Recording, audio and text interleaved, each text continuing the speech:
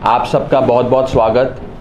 आज आम आदमी पार्टी अपने अहमदाबाद के इस कार्यालय से एक महत्वपूर्ण प्रेस कॉन्फ्रेंस के लिए आप सबको यहाँ आने के लिए आपका धन्यवाद करती है।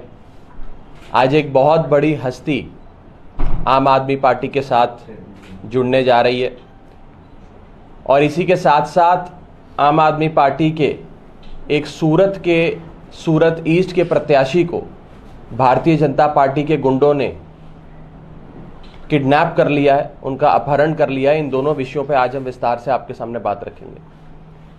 सबसे पहले रेशमा पटेल जी, जो एनसीपी में स्टेट महिला विंग की अध्यक्ष रहीं, जो पाटीदार आंदोलन हुआ उसकी जो आंदोलन समिति थी उसकी एक प्रमुख चेहरा और शायद इकलौती महिला उस समिति की सदस्य थी।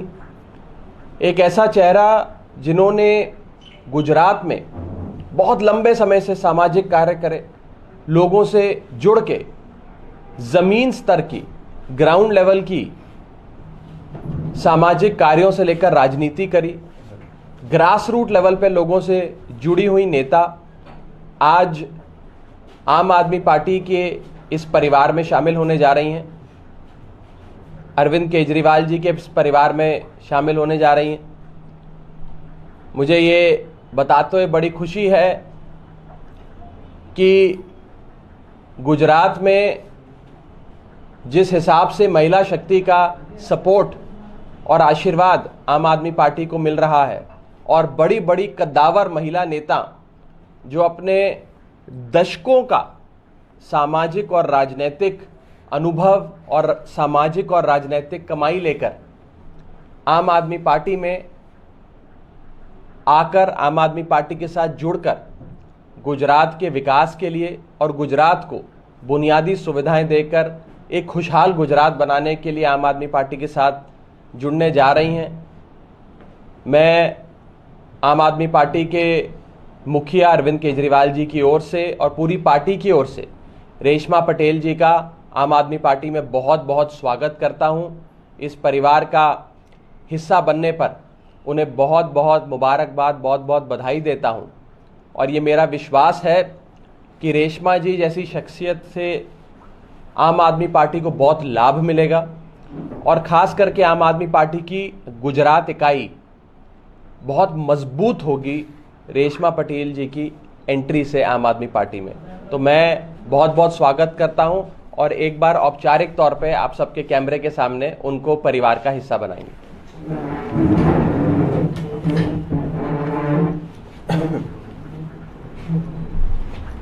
तो बहुत बहुत स्वागत। धन्यवाद सर, धन्यवाद। बहुत बहुत स्वागत।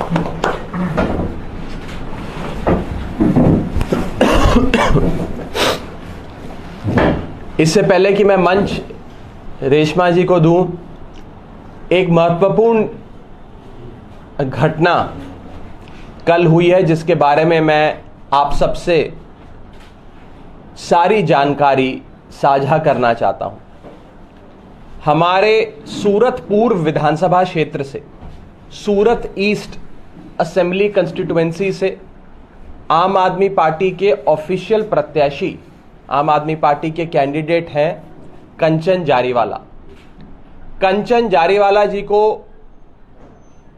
कल सुबह से बीजेपी ने किडनैप कर लिया।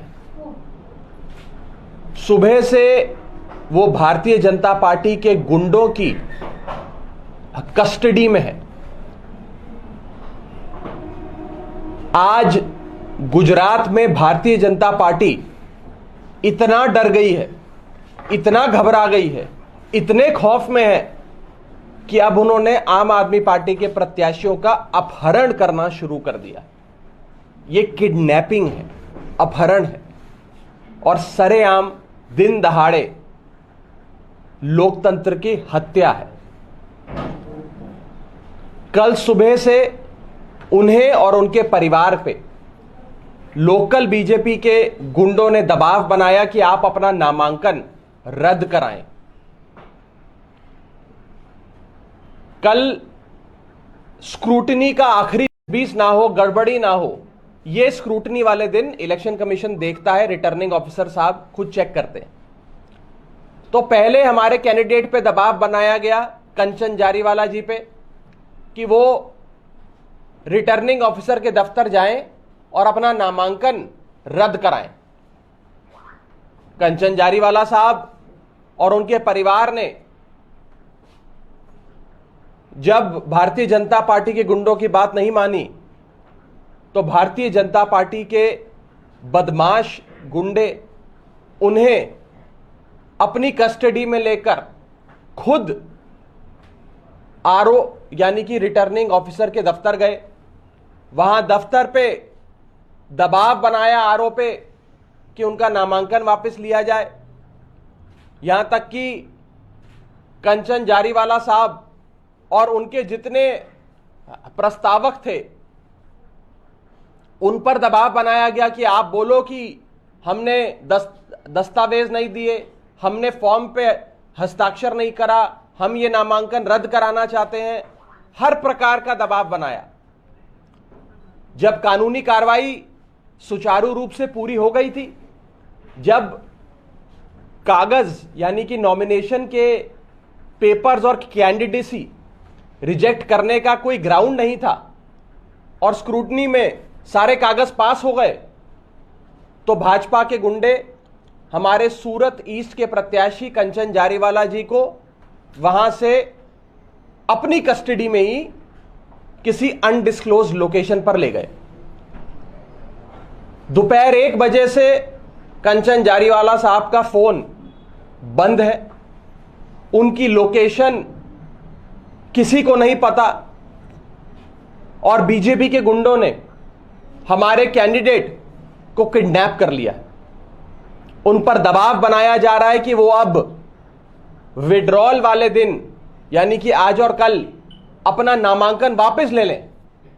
उन पर हर प्रकार का मानसिक, शारीरिक, फिजिकल, इमोशनल, साइकोलॉजिकल प्रेशर बनाया जा रहा है और ये सरेआम दिन दहाड़े जब भारत के लोकतंत्र का सबसे बड़ा त्योहार इलेक्शंस, चुनाव चल रहा हो, मॉडल कोड ऑफ कंडक्ट लगा हो, सारी पार्टियां चुनाव प्रचार में जुटी हो, मतदाता अपना मन बना रहा हो किस पार्टी को वोट देना है, किस पार्टी को वोट नहीं देना है, उस बीच भारतीय जनता पार्टी के गुंडे आम आदमी पार्टी से और अरविंद केजरीवाल जी से इतना डर गए हैं, इतना घबरा गए हैं कि आज उन्होंने हमारे सूरत ईस्ट के प्रत्याशी को अगवा कर लिया, उनका अपहरण कर लिया है। अगर ये जंगल राज नहीं है तो क्या है? मैं आपको ये सूचना देना चाहता हूं कि आम आदमी पार्टी इस पूरे मुद्दे पर सख्त कार्रवाई करेगी। हमने चीफ इलेक्टोरल ऑफिसर को, जो इलेक्शन कमीशन द्वारा इस चुनाव को पूरी तरीके से करवाने की जिनकी जिम्मेदारी होती है, उन्हें सूचना दे चुके हैं। लिखित में कंप्लेंट जा रही है। हम स्थानीय प्रशासन को भी, पुलिस प्रशासन को भी इस अपहरण की सारी जानकारी दे रहे हैं और हम ये उम्मीद करते हैं कि इस मामले में सख्त और जल्द कार्रवाई होगी। किसी भी प्रत्याशी पर मानसिक, शारीरिक दबाव नामांकन वापस लेने का या नामांकन रद्द कराने का नहीं होना चाहिए और बीजेपी के काले कारनामे आप सबके सामने है। ये गुंडागर्दी का परिचय बीजेपी ने, जंगल राज का परिचय बीजेपी ने आज गुजरात की जनता के सामने रखा है। चड्ढा जी, ये एक ही कॉन्स्टिट्यूंसी की बात है या कहीं और पे भी इस प्रकार का दबाव डाला जा रहा है? आज जो मामला हमारे सामने आया है वो सूरत ईस्ट विधानसभा क्षेत्र, सूरत पूर्व विधानसभा क्षेत्र का है, जिसमें हमारे प्रत्याशी का नाम कंचन जारीवाला है। और केवल कंचन जारीवाला साहब पर ही नहीं, उनके पूरे परिवार पर, उनके भाई भाभी जो उनके प्रस्तावक थे, उन पर भी दबाव बनाया जा रहा है कि आप भी इलेक्शन कमीशन में जाकर एफिडेविट दें कि हमने तो कोई प्रस्तावक बनकर हस्ताक्षर नहीं करे, इनका नामांकन रद्द किया जाए। उनका घर दोपहर बाद से बंद है, घर पे मोटा ताला लगा हुआ है। उनके जो ठिकाने हैं, दफ्तर है, जहां वो मिलते हैं लोगों से, जहां बैठते हैं, वो सारी जगहों से कंचन जारीवाला साहब लापता हैं और बीजेपी के गुंडों ने उन्हें किसी अनडिस्क्लोज्ड अज्ञात लोकेशन पे रखा हुआ है। वो इस समय बीजेपी की कस्टडी में है। ये अपहरण है, ये किडनैपिंग है और सरेआम बीच चुनाव में लोकतंत्र की हत्या है। इस विषय पे आपका कोई सवाल है तो आप पूछ सकते हैं। पुलिस को कंप्लेंट किया है? बिल्कुल, police, chief electoral officer, election commission, स्थानीय प्रशासन, सबको कंप्लेंट जा चुकी है और जा रही है और हम उम्मीद करते हैं कि प्रशासन और इलेक्शन कमीशन इस पे सख्त से सख्त कार्रवाई करेगा। चड्ढा जी, रेशमा जी आम आदमी पार्टी में जुड़ गई है, कहाँ से चुनाव लड़ेगी वो भी अब मैं अब मंच रेशमा जी को दूंगा। पहले ये तो डिसाइड कर लीजिए। देखिए, आम आदमी पार्टी और आम आदमी पार्टी की पॉलिटिकल अफेयर्स कमेटी ये फैसला लेती है कि कौन सी सीट से कौन सा प्रत्याशी चुनाव लड़ेगा। और रेशमा जी उस कद्दावर नेता का नाम है, एक ऐसी शख्सियत है जिसके आने से खाली एक सीट पर नहीं या खाली एक जिले में नहीं, पूरे गुजरात में आम आदमी पार्टी को मजबूती मिलेगी। आने वाले समय में रेशमा जी की क्या भूमिका रहेगी, चुनाव के रण के मैदान में कौन सी सीट पर उनकी दावेदारी हो सकती है, कौन सी बड़ी जिम्मेदारी पार्टी उन्हें दे सकती है, इन सारी चीजों पे विस्तार से चर्चा करेंगे। अभी तो चुनाव का रंग चढ़ना शुरू हुआ है। आज रेशमा जी हमारे परिवार में जवाब दिया आपने कि आपकी पार्लियामेंट्री जो अफेयर कमेटी है वो डिसीजन लेगी, लेकिन एक दिन बाकी है केवल, आपकी कमेटी कब मिलेगी और कब? कोई आप चिंता ना करें, हमारी कमेटी इमीडिएटली मिलकर फैसला ले लेगी और सबसे पहले हम आपको बताएंगे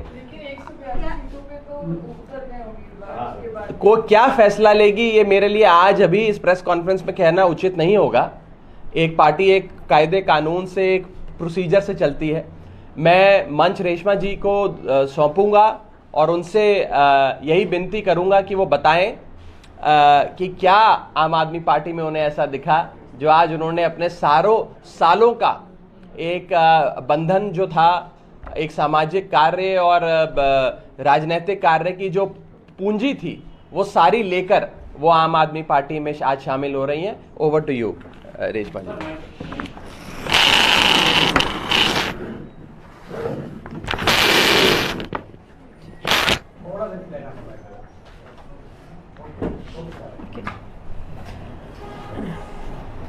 સૌથી પહેલાં માનનીય શ્રી કેજરીવાલજી અને આમ આદમી પાર્ટીના દરેક કાર્યકર્તાઓને હું રેશમા પટેલ આદર અર્પણ કરું છું અને સાથે સાથે મંચ ઉપર બિરાજેલ માનનીય શ્રી રાઘવજીભાઈ સાહેબ, કિશોરભાઈ, જ્વેલબેન, ગૌરીબેન અને તમામ આમ આદમી કાર્યકર્તાઓ અને હોદ્દેદારોને હું ધન્યવાદ અર્પણ કરું છું।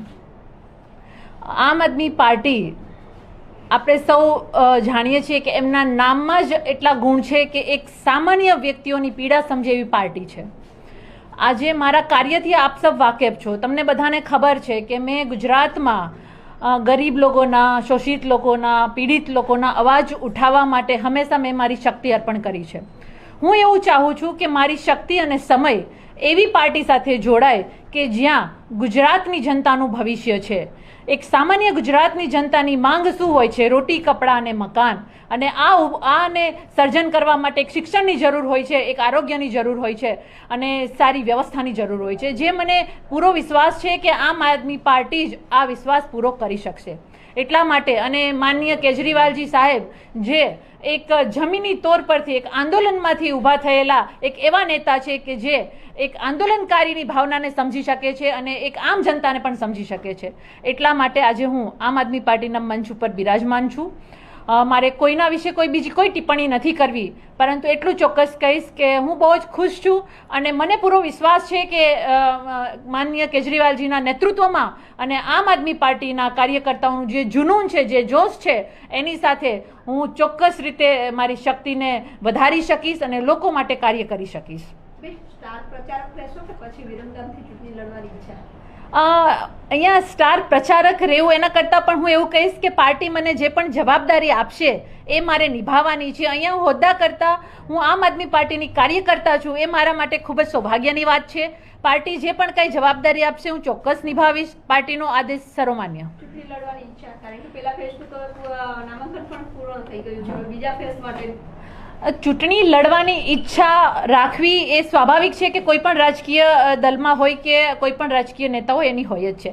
હું એવું ક્યારેય નથી ભાગતી કે ચૂંટણી ના લડવી જોઈએ, પરંતુ યોગ્ય સમીકરણની જે પણ કંઈ ચર્ચા હોય છે પાર્ટી નિર્ણય કરતી હોય છે.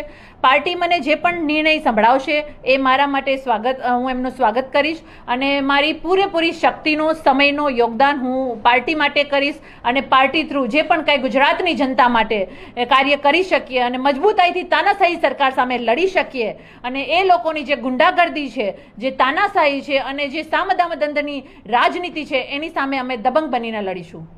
રેશમાબેન, આમ આદમી પાર્ટી ઘણા સમયથી શિક્ષણ અને આરોગ્યના મુદ્દા ઉપર કામ કરી રહી છે, ત્યારે તમે જોડાવાનો નિર્ણય કર્યો છે. ઘણા સમયથી વાતચીત ચાલી રહી હતી કે અચાનક જ આ નિર્ણય કરવામાં આવ્યો? નહીં, વાતચીત તો ચાલતી હોય છે. પ્રામાણિક પાર્ટી હોય છે, એમાં સારા લીડરોનો અવકાશ હંમેશા હોય છે, પરંતુ ઘણી વખત નિર્ણય લેવામાં પ્લસ માઇનસ થતું હોય છે, સમય જતો હોય છે. પરંતુ હું એવું માનું છું કે શિક્ષણ અને આરોગ્યની વાત આમ આદમી પાર્ટી જે કરી રહી છે એ વાસ્તવિકતામાં જે પ્રજા પીડાઈ રહી છે, જે મેં તમને પહેલાં જ કહ્યું કે એક સામાન્ય જનતાની સુખાકારી કેમાં હોય છે, એને સારું શિક્ષણ જોઈએ છે. સારું શિક્ષણ હશે તો રોટી કપડાં મકાન બનાવી શકશે અને એ લોકોને સારું આરોગ્ય જોઈએ છે. તમારું સ્વાસ્થ્ય સારું હશે તો તમે બે પૈસા કમાઈ શકશો. તો આમ આદમી પાર્ટી જે સામાન્ય જનતાના બેઝિક મુદ્દા જે આજ પણ ગુજરાતમાં ખંડિત થયેલા છે, આજ પણ માત્ર ખોખલા વિકાસની વાતો થાય છે, લટકતા વિકાસની વાતો થાય છે. આપણે જોયું છે ઘણું બધું ગુજરાતમાં એવું બની રહ્યું છે. એની સામે એક જ પાર્ટી છે, એ છે આમ આદમી પાર્ટી, જે આમ જનતાની પાર્ટી છે. એટલા માટે શિક્ષણના મુદ્દા હોય, આરોગ્યના મુદ્દા હોય કે સુરક્ષાના મુદ્દા હોય, દરેક મુદ્દાઓને લઈને આમ આદમી પાર્ટી સત્યની અને રાજનીતિ કરે છે, રાજકારણ નહીં. અમે રાજનીતિ કરવા માટે આવ્યા છીએ. ધન્યવાદ. एक इम्पॉर्टेंट जानकारी आप सबको और देनी थी कि अभी इस प्रेस कॉन्फ्रेंस के इमीडिएटली बाद आम आदमी पार्टी के राज्यसभा सांसद संजय सिंह जी भी इसी कार्यालय में प्रेस को संबोधित करेंगे. एक महत्वपूर्ण विषय पर आप सबसे चर्चा करेंगे. तो बस थोड़े से ही इंतज़ार के बाद हमारे राष्ट्रीय नेता आदरणीय संजय सिंह जी, राज्यसभा सांसद, आप सबसे अपनी बात रखेंगे. बहुत बहुत शुक्रिया. बैठे रहे.